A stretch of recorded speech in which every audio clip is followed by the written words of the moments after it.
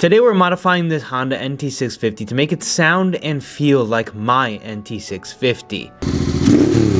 I purchased this motorcycle last year. My buddy rode mine and decided to buy one for himself, but the thing about the NT650 is the fact that they are very restricted from the factory. The bikes make a fair amount of horsepower. Horsepower gains are not what we're looking for in this video. We're looking for throttle response as well as just a little bit more performance in some areas the motorcycle lacks in. The mid-range of this bike is very weak, as well as the top end. It kind of rolls off a little bit in power. My bike has the jet kit. This red bike doesn't have the jet kit, so I know what it feels like before and after. There are a few great kits out there, but we're using the factory pro kit. That's what's in my bike. I love it. My friend loves how it rides, so it's a simple, easy swap, and that's what we're going with. With the factory pro jet kit, you also need a straight pipe exhaust to get rid of the giant bread box that lives underneath the motorcycle. And the final thing you need to do is delete the stock air box and put in pod filters. 3 easy, simple bolt-on modifications that you put onto this motorcycle in order to make it breathe a lot better. And they're reversible. The very first thing you need to do is take the tank off. There's a bolt in the back, there's a bolt in the front. Take the fuel line out and you can simply lift the tank out. Pretty simple, straightforward. If you have your stock air box, you're gonna have to take the air box off, but this bike already had pod filters on it. After taking the air filters off, you need to disconnect the fuel line. This bike has a fuel pump, so keep that in mind. Next thing, disconnect the throttle cables, then disconnect the boots that hold the carbs into place and simply pop them out. Now that the carburetors are out of the motorcycle, open the carbs up, see the condition of them. These carbs were very clean, so I wasn't really concerned about cleaning them thoroughly because, well, they're already clean. Then we simply popped out the jets, replaced them with the factory pro jets, and replaced the needle. The easiest thing to do is to follow the instructions that are in the kit. This video is not sponsored by Factory Pro, but simply follow the instructions. Replace the needle, replace the jets, and you're simply ready to go. You do have to set them properly, and the settings are best if you read them because you might want to set it differently based on where you are or what you're really looking for in your motorcycle. Then the next thing to do with the motorcycle is put it all back together and put that new exhaust on. But before then, I wanted to make sure the bike was running right and was running a little healthier.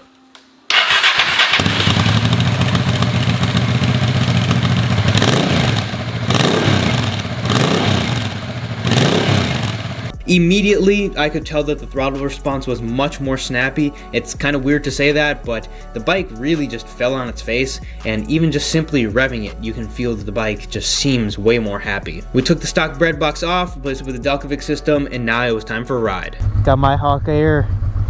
I got this thing all ready to go now. So let's see if it fixed the issue. But the one thing you might have to play with is that needle setting, the idle a little bit depending on how your bike behaves. You want to ride it if it's running like not too great on the cold startup, but it runs fine when it's warm. There's instructions in it that say exactly what to do. We ran this bike. It's been a couple of days since we've installed everything, and it seems like we have the bike dialed in based off of the first just setting. I think we did it right, which would be really awesome. We'll put some miles on and continue to see. Maybe we will have to play with it. Just immediately, the biggest thing why we decided to change this bike and make it like mine, do the pod filters, the jetting, is this mid-range here. I should have taken the bike out for a ride before, but it was a rainy day. That mid-range is so much more just apparent, aggressive. It feels like the bike is alive at these RPMs. Where before it felt like, to be honest with you, the bike would just fall off. You kind of rev it up, you get some torque, and then you'd hit like 4,000 RPM. And the bike would just fall on its face until about 6. Like, it did not pull in that RPM range at all. Still letting the bike warm up a little bit. This one has a fairing on it, pretty nice. But the big reason why I recommend, even if you guys don't want the extra horsepower, you probably won't notice the extra horsepower too much. It's just the meatiness of the mid-range.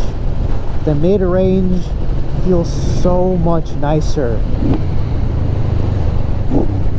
The blips seem so much more healthier.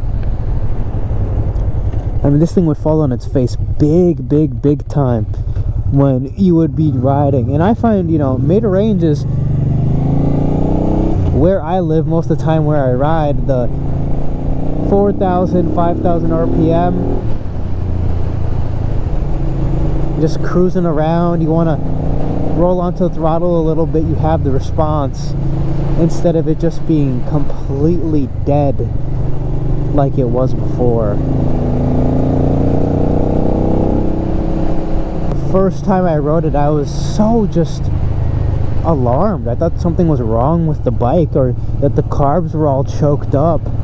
But when you rode the bike, it was like, oh no, it's all there, it's not misfiring or anything like that. But it just didn't have, right there, it just didn't have anything. So if you own one of these motorcycles and your bike's stock, this bike didn't have the air filters in it, and that might have made a little bit of a reason why it wasn't running the greatest, that the air filters weren't the stock air filters. But it's running great now. The Navscycles system currently has its baffle in. Sounds pretty close to stock. A little bit louder maybe, but not a whole lot louder with that whole bread box removed. This bike idling nicely, running nicely. If you own one of these bikes and you haven't done this, I highly recommend it. If you guys have watched my channel at all, I'm a huge advocate of leaving bikes stock, leaving them close to original. A proper exhaust and a jet kit will take them from where they are as a stock bike, held back, restricted, to what they should have been from the factory.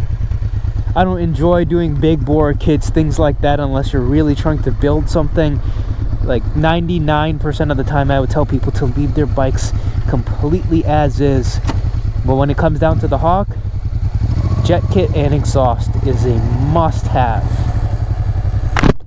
It just makes the bike so much more enjoyable to ride. Even just across the board, it picks up so much response, and that's the big thing you're going for. You're on a 650 V-twin from the 80s, early 90s.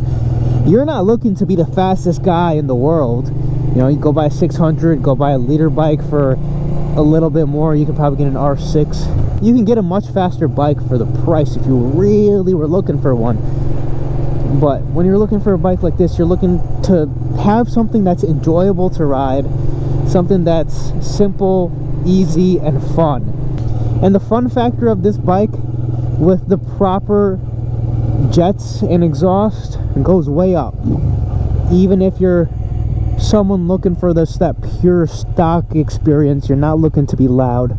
My bike is loud, I will say that. My bike has a straight pipe on it, and that thing screams. But this bike gets loud too with the Navscycles exhaust system. It sounds really good. With the baffle in, it's pretty similar to stock. Without the baffle, it's a little bit closer to mine, but I think mine might be a little bit louder.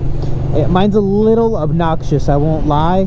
And I think one thing, as I own my bike and continue to maintain it and switch out small things in it, one thing I will change is the exhaust and go to a proper system.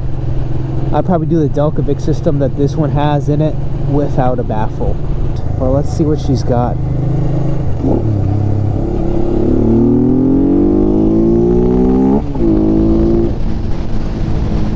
And there you have it, guys. My Hawk is currently in storage right now. Once again, the season hasn't quite opened up fully riding my Hornet, but that Hawk completely transformed. We're going to continue to put some miles on it, and maybe we might have to open it up. I wasn't too happy about the cold startup on the first time, but the second day, it started up really nicely, and it ran really nicely. It's all about just getting the bike to run a little bit better. And I know I've had some people say that, hey, I really want to leave my motorcycle stock. And I get it, but at the end of the day, it's about throttle response and the fun factor. And I think this motorcycle transforms with simple, easy bolt-on modifications, right? That's the big thing. They're bolt-on modifications that can simply be reversed. You're not ruining the motorcycle, you're making it more fun, and if you want to go back to stock, you can go back to stock really easily. But anyways, that's all I have for the video. If you guys did enjoy, leave me a subscribe because it helps the channel out greatly. Check another video out on the Hawk here, or this video right here, and I'll see you in the next one.